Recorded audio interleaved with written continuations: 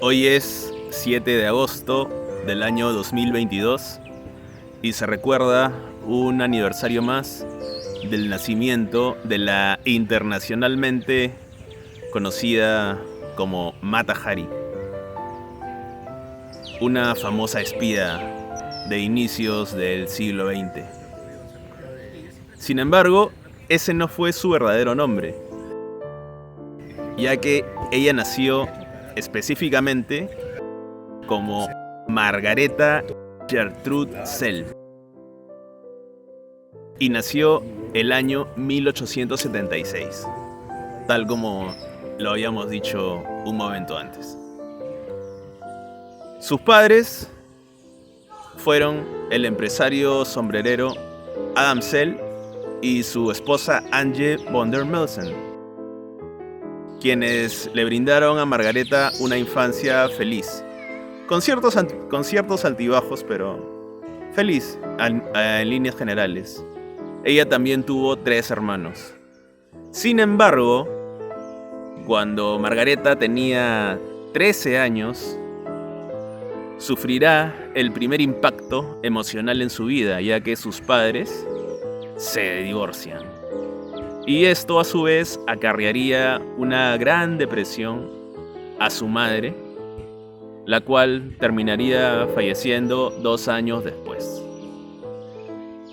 Estos serían los primeros golpes emocionales que sufriría Margareta durante sus primeros años de vida. Cuando ella tenía 16 años, entra a estudiar a un instituto para prepararse en la carrera de docencia. Sin embargo, se involucró sentimentalmente con el director de esta academia. Y es por eso que es expulsada de ahí. No puede continuar estudiando, lamentablemente. Este sería otro de los primeros acontecimientos pintorescos que definirían su agitada vida posterior. Finalmente, continuando con su biografía, cuando ella tenía 19 años ya, entra a contactarse mediante cartas, mediante correspondencia, con un importante capitán de origen neerlandés también, igual que ella, llamado Rudolf MacLeod. Este hombre era un importante capitán del ejército neerlandés, pero 20 años mayor que ella, mayor que Margareta. Y, bueno, se enamoran, comienzan una relación y se casan. Al poco tiempo, el capitán Rudolf MacLeod es designado a una misión a la isla de Java, es decir, en Indonesia. En esta época, hacia finales del siglo XIX, estamos hablando de 1896 más o menos, esta isla, la isla de Java, es parte del reino neerlandés. Conforme pasa el tiempo, ellos llevan una vida allá bastante idílica. Sin embargo, Margareta se aburre constantemente. ¿Y qué hace para suplir esta carencia emocional que ella tiene? Bueno, pues comienza a aprender danzas malayas, danzas orientales. Este es justamente el comienzo de su vida artística, porque ella empieza a aprender baile y artes amatorias orientales en la isla de Java. Cuando ella tiene 21 años y radicaba en esta isla junto a su esposo Rudolf MacLeod, tienen un hijo, el cual se llama Norman John, nacido en 1897 exactamente. Y 2 años después tendrían a una hija llamada Louise. Lamentablemente, el bebé, el varón, Norman, fallecería a los 2 años de edad. Se dice que él falleció porque fue envenenado por uno de los sirvientes que la familia de Margareta tenía a su cargo. Más específicamente por los malos tratos que el capitán MacLeod le daba a este sirviente. Entonces el sirviente, en venganza, envenenó al niño. Esto es lo que se dice actualmente, porque también circula la versión acerca de que el pequeño fue contagiado o había sido contagiado de sífilis por sus padres. En esta época, en la época en la que nos referimos, ser contagiado de sífilis era ya algo que te mandaba a la tumba.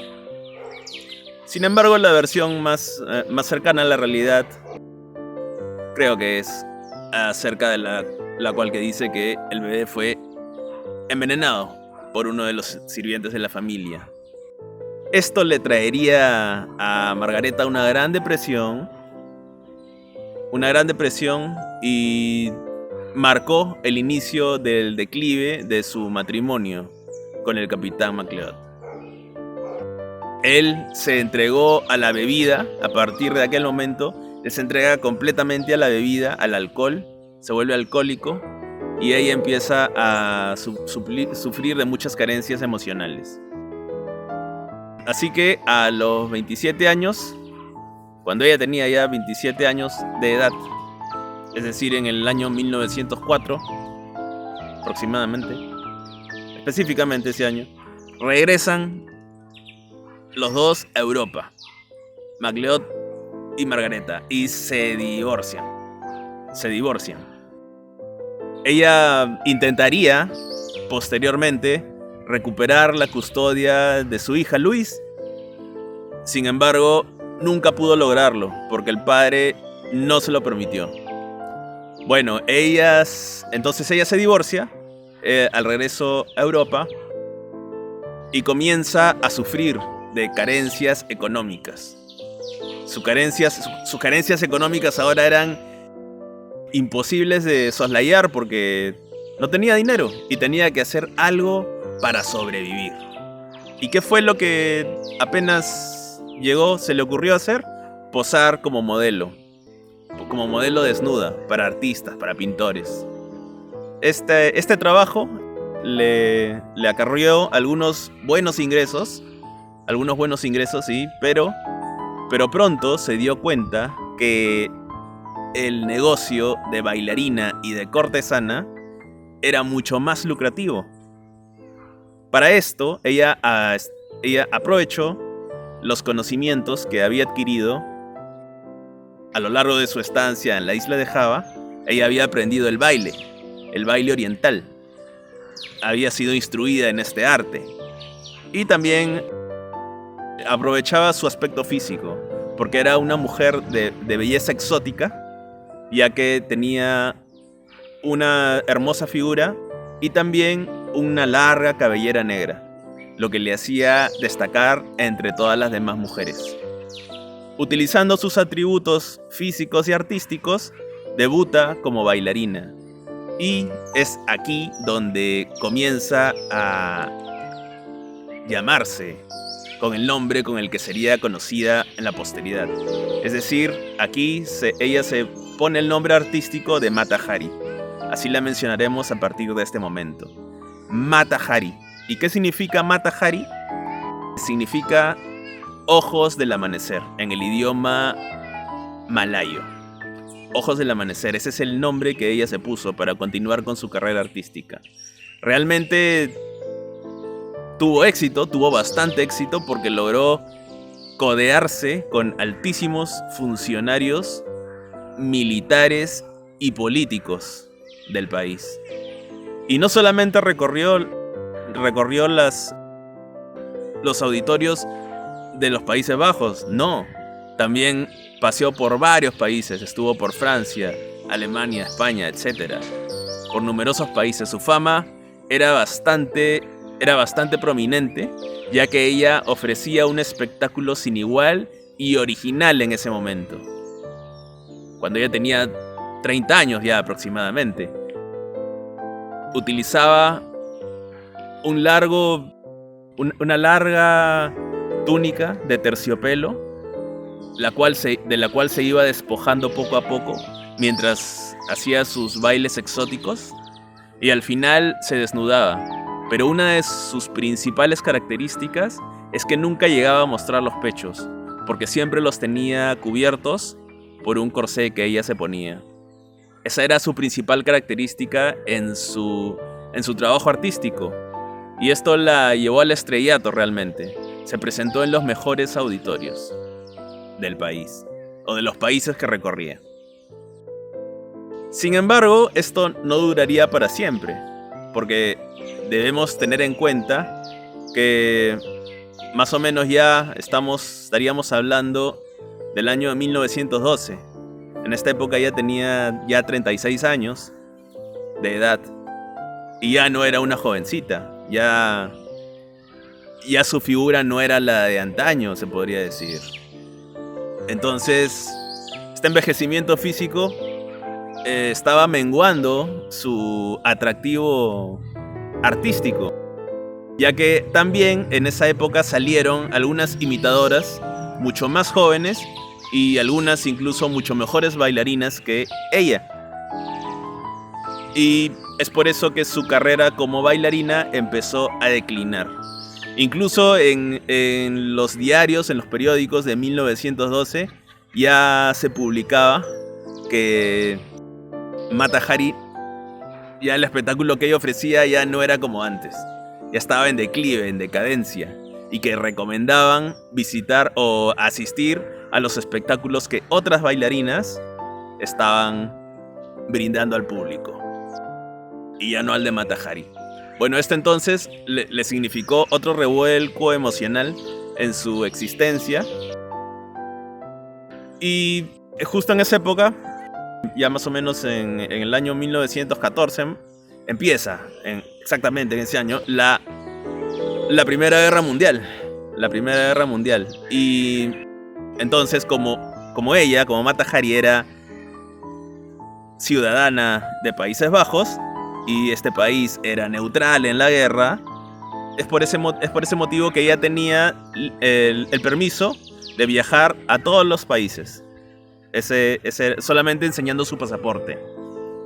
Ella se movilizaba, por ejemplo, para ir de Países Bajos a Inglaterra, a Reino Unido, pero tenía que hacer escala en España. Siempre hacía escala en España.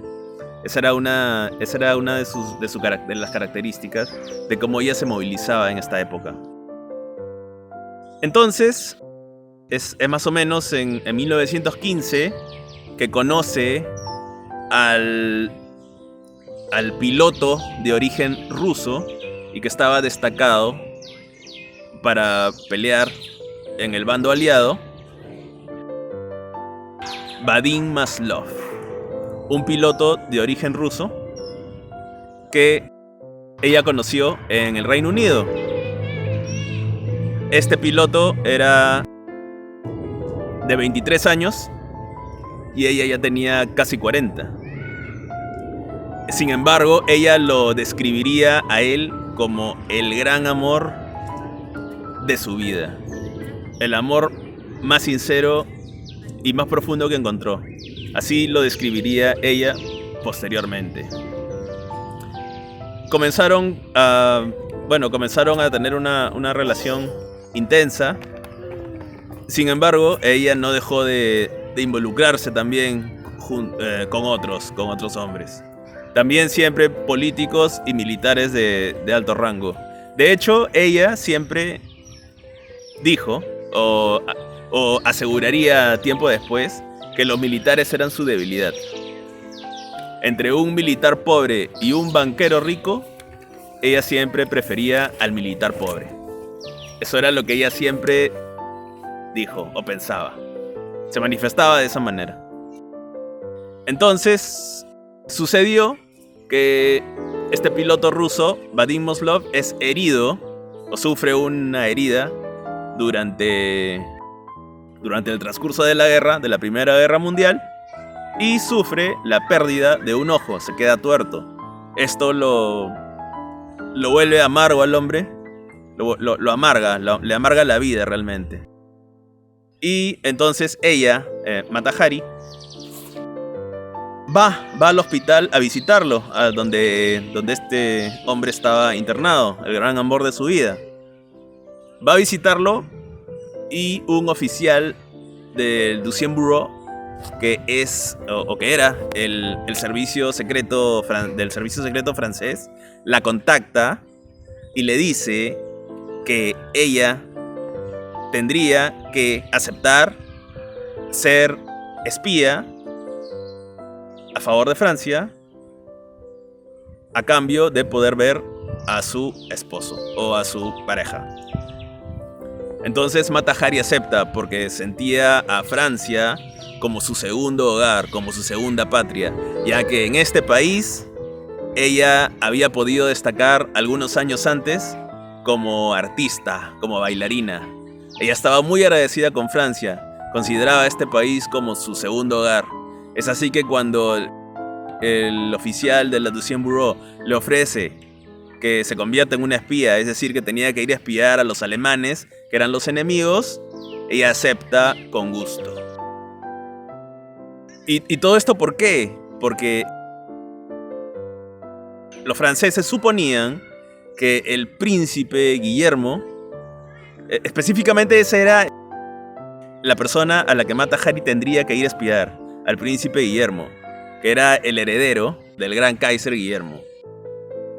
Tendría que ir a espiarlo porque los franceses suponían que este príncipe heredero era un gran militar, un gran personaje de importantísima trascendencia militar. Y sin embargo no era así. Este príncipe heredero era un mujeriego, era alcohólico. No era nada acerca de cómo se lo imaginaban que eran los franceses. Sin embargo, esa era la misión que tenía Mata Hari, ir a espiarlo. Así que ella acepta ir a espiar. Pero lo que no sabían los franceses era que algunos meses atrás, y aprovechando las múltiples conexiones que ella había logrado tener gracias a su fama, a los contactos que ella tenía en todos los países de Europa prácticamente, lo que los franceses no sabían era que anteriormente Mata Hari ya había aceptado ser espía para los alemanes. Es decir, que ella estaría espiando para ambos bandos. Era una espía para los franceses y por el otro lado era una espía para los alemanes. Así que ellos no sabían esto. Sin embargo, lo que aparentemente sucedió es que ella era una espía de muy mala calidad, es decir, que no brindaba información relevante ni a uno ni al otro bando. Simplemente les brindaba información acerca de qué tan buenos eran en la cama los funcionarios, los políticos, los militares. Nada más, nada de importancia, nada de relevancia. Y como un tiempo antes ya se había contactado con un oficial alemán para que le brinde información acerca de los franceses, ella simplemente en esa oportunidad les dijo trivialidades realmente, nimiedades, información irrelevante para la guerra, casi nada de relevancia. Y por eso los alemanes se molestaron muchísimo con ella y permitieron que ella viaje nuevamente a Francia, pero con el código de H21. Y entre los alemanes, se empezaron a pasar la información de que la espía conocida como H21 estaba brindando información valiosísima al país, a Alemania. Lo cual era falso, obviamente. Esto lo estaban haciendo a propósito, con el propósito de que los franceses intercepten esta información. ¿Y por qué? Porque estaban molestos con Mata Hari. Querían delatarla ante los franceses. Porque incluso se enteraron que ella también estaba espiando para el otro bando. Entonces los alemanes estaban completamente molestos y permitieron que los franceses intercepten estos mensajes que ellos enviaban y que la arrestaran. Se dieron cuenta. Es así que a fines del año 1916, Mata Hari es arrestada. Es arrestada y conducida a juicio algunos años después, bajo el cargo de ser una espía alemana, traidora, bueno, una espía que estaba trabajando para Alemania, traidora al país de Francia. Es llevada a juicio y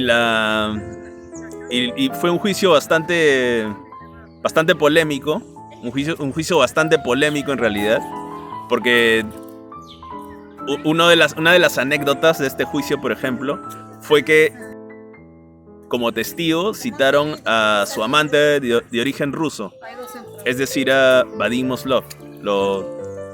Lo citaron para que declare contra ella. Y Mata Hari pues estaba segura de que su pareja iba a hablar a favor de ella, de que iba a decir que sí, que obviamente ella era inocente. Sin embargo, este hombre estaba tan despechado y tan triste por lo que le había sucedido en el ojo, que simplemente se desentendió de ella, dio a entender que ella no valía nada y le dijo al jurado: por mi parte, lo que hagan con ella no me interesa. Y esta fue una decisión o una actitud que a ella la derrumbó. Ella con esto se desmayó. Es así como quedó atestiguado en los libros de historia.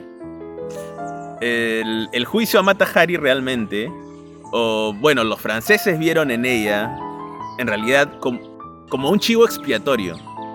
Porque hay que comprender también las circunstancias en las que Francia se encontraba en ese momento. Estamos hablando de un país que estaba